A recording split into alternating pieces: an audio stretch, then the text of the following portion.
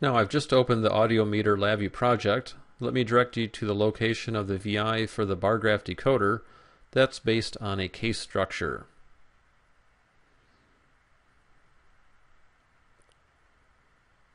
Let's also view the block diagram at the same time. We begin as usual with 3 bits from the slide switches. I convert those into a 3-bit bus and then add the numerical interpretation. Connect that to the case structure, which then generates the 8 discrete Boolean outputs that connect to the FPGA output pins. Now each of the subdiagrams of the case structure looks very similar, except as we advance through the various options here, in this case, if we had a numerical value of 1, we want to activate 2 outputs. Here you want to activate 3, 4, 5, and so forth.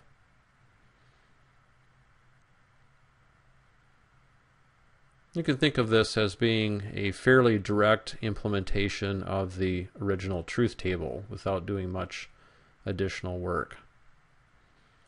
Well, let's take a look at some of the construction details here. First of all, the build array node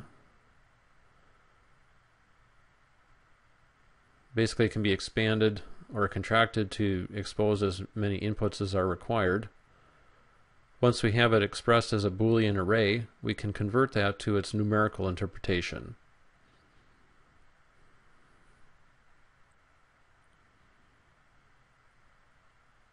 All right, let's review the case structure next.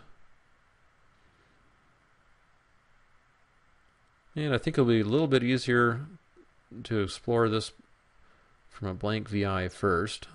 So under Programming and then Structures, you'll find the case structure.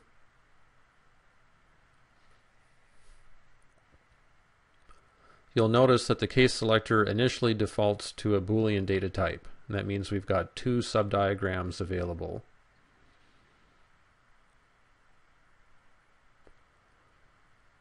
Now in our application we're using a numeric style data type.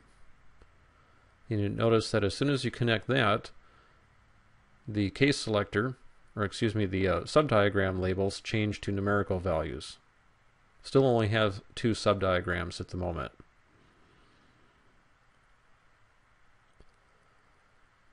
Now just for illustrative purposes here, I will put down 4 Boolean constants to generate a 4-bit output.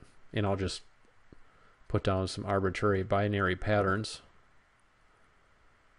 This binary pattern is generated whenever the numerical value of the case selector is 0.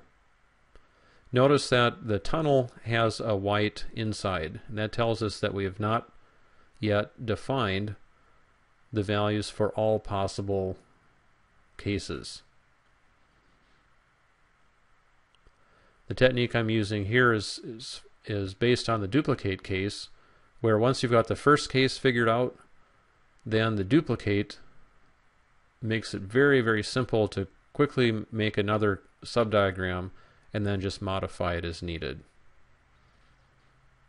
So here you see a fairly quick order. I was able to put together 4 subdiagrams from that first prototype subdiagram.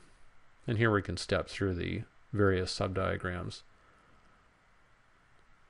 Now we see that the tunnel is green, telling us that all of the cases have been covered.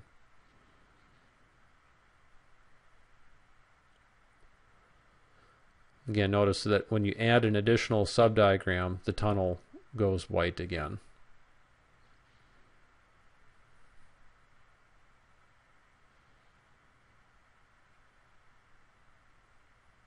All right, that wraps it up for the case